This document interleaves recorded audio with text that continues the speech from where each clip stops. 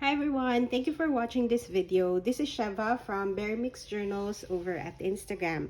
For today, I have part 2 of the autumn or fall journals that I put together.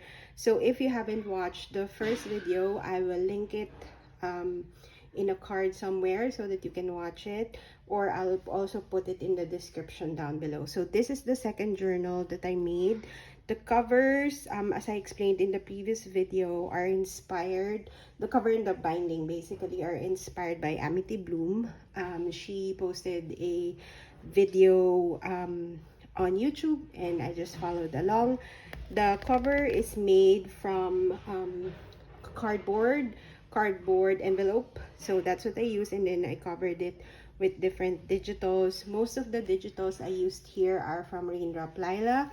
I'll try to point them out, but I used her Autumn Breeze, Autumn Story, as well as her Tall journal and some other bits from the fall. I think her fall sampler is also in here.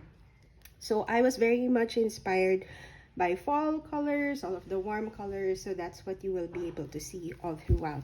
So as I mentioned, the cover is inspired by Amity Bloom. It's made from this cardboard, and then the binding is just made from fabric and lace, and then it's just one signature that's bound with a embroidery thread. And then they also have the back also has these book corners, and then there's a book plate here in the front. Let me remove the closure. The closure is just this ribbon that I got from Crafty Paper Bits from an order from Sarah, so I'm using that because I really love the color. And then this is the cover. That's the back.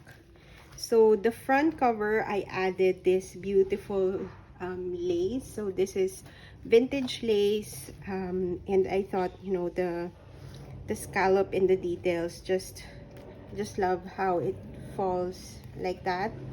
So I put that there, and then this book plate can totally be removed and replaced by the new owner. And then when you open it up, it just has a bit of embroidery with some similar to this one basically, but it's just in a different color. And then similar to the first journal, it also has this lace cover here. This is just attached here, can totally be removed if you want to, and I just add that there so that when you close the journal, you can see it peeking from the top and the bottom. I just really like how that looks. When you open it up, there's some decorations here. Background paper is from RaindropLila. From this one as well. I won't be able to talk about all the things that are in the journal, but I'll try to point them out when I can. I think I'll just add in some music. So this are from RaindropLila. I think all of the tags that I made here are from RaindropLila, and then I just embellished them. So you'll see a lot of that in this journal.